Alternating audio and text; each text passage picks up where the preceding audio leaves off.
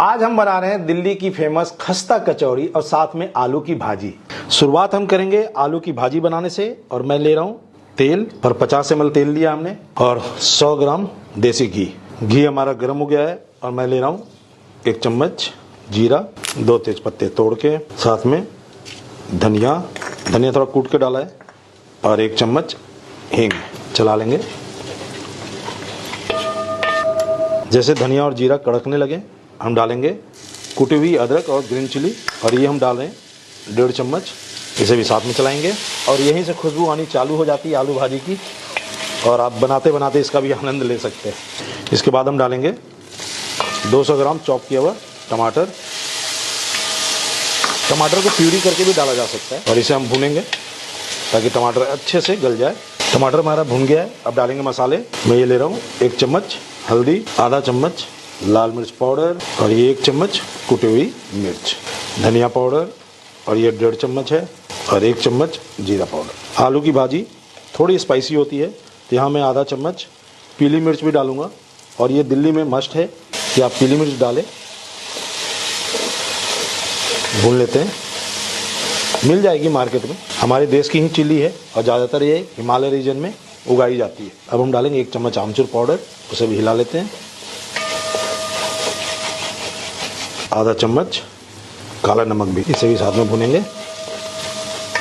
अब डालते हैं थोड़ा सा पानी और भून लेते हैं।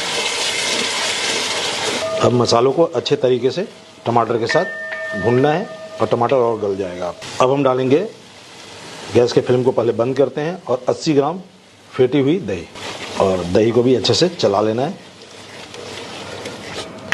ये देखिए दही अच्छे तरीके से मिल गया है। गैस के फ्लेम को ऑन कर दीजिए और एक ही डायरेक्शन में घुमाइए जब तक उबाल ना आए।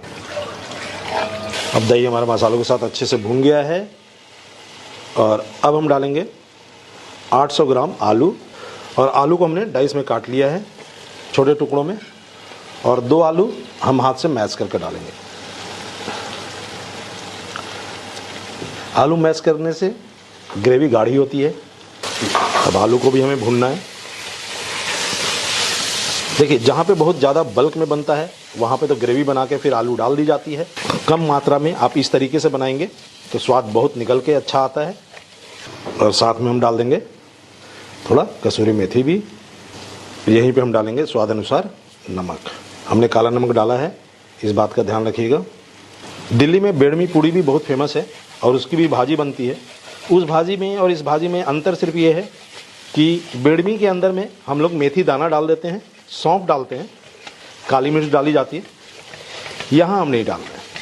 हम भाजी बनाते बनाते बात कर रहे थे बेड़मी पूड़ी की और आलू भाजी की, तो कुछ वेंडर मेथी की चटनी भी डाल देते हैं बेड़मी पूड़ी के आलू भाजी में। काम को आसान कर देता है वो और स्वाद तो बढ़ाता ही है। अब देखिए आप आलू का मसाला अच्छे से भून गया है। अब यहाँ पे मैं गर्म पानी डालूँगा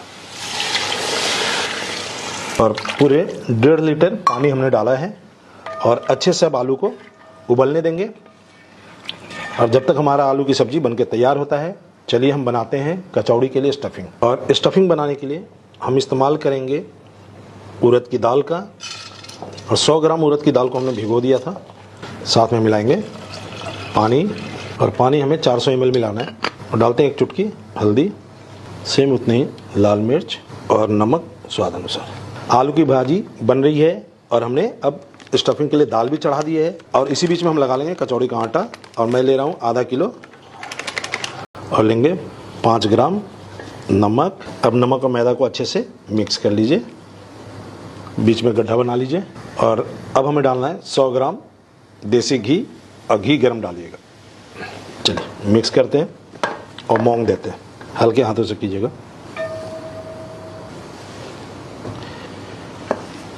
दाल पे झाग आ गया है तो इसे बाहर निकाल लेंगे। यहाँ पे एक बात ध्यान रखने वाली है, गलने तक नहीं पकाना, खड़ा रखना है, तो इस बात का ध्यान रखिएगा। आंच को हम स्लो कर देंगे। ये देखिए मोंग अच्छे से लग गया है और इसका एक आटा लगाते हैं।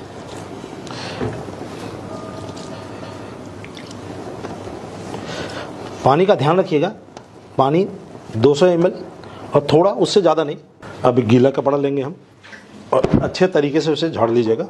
कम से कम 20 मिनट तक का रेस्ट देंगे और इसी बीच में हम बना लेंगे कचौड़ी का मिक्सचर। कचौड़ी का आटा हमने लगा लिया है। अब दाल को भी देख लेते हैं, हमें मिक्सचर बनाना है। अब इससे ज़्यादा हमें दाल को गलाना नहीं है। उड़द की दाल जो हम उबाल रहे थे उसे छान लेंगे। आलू की भाजी धीरे धीरे गाढ़ी हो गई और ये परफेक्ट है और एक तरह से तैयार हो गई है। यहाँ पे हम ऊपर से डालेंगे 2 ग्रीन चिली स्लिट की हुई, कटी हुई धनिया की जड़ और चला लेते हैं।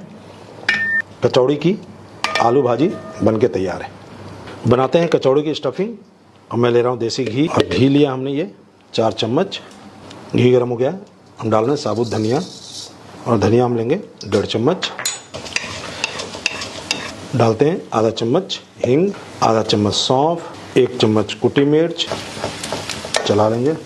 मिलाते हैं बेसन। बेसन ले रहे हैं हम 50 ग्राम। बेसन जब भुन जाए तो हमें मिला देना है उड़द की दाल जो हमने उबाला था। अब इसे साथ में भुनेंगे। आँच को स्लो रखिएगा। हम मिलाएंगे 1 चम्मच आमचूर पाउडर, आधा चम्मच काला नमक। भून लेते हैं। स्वाद को बढ़ाने के लिए और दाल को बांध के रखने के लिए किया गया। तो आप भी बेसन डालिएगा।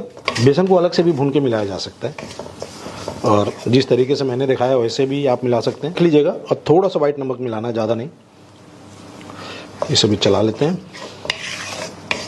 अब आप देख सकते हैं हमारा मिक्सचर बेसन की वजह से दाल बेसन के साथ अच्छे से मिक्स हो गया है। डालते हैं पुदीना। हमारा मिक्सचर बनके तैयार है। आइए इसे ठंडा करते हैं और फिर भरते हैं कचौड़ी। दो को चेक कर लेते हैं। अब इसे हल्के हाथों से थोड़ा सा गूंथेंगे, ज़्यादा नहीं।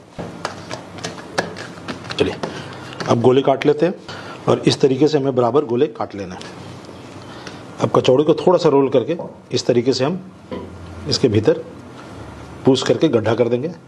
हाथ से भी खोल सकते हैं आप इस तरीके से भी। पर सेंटर में हमें स्टफिंग डालनी है और हल्के हाथों से उठाइए ऊपर की ओर और हाथ से पूछ करके अंदर की ओर जाने दीजिए और इस तरीके से हम कचौड़ी को लॉक करेंगे। आपस में मिला दीजिए मोदक की तरह। इसको अंदर की ओर पुश कर दीजिए। इस तरीके से लेके यहाँ से हम हाथ से इस तरीके से दबाएंगे, वापस इधर पलटेंगे और इधर से हम दबाएंगे। इसी तरीके से हमें सारी कचौड़ियाँ गढ़ लेनी है।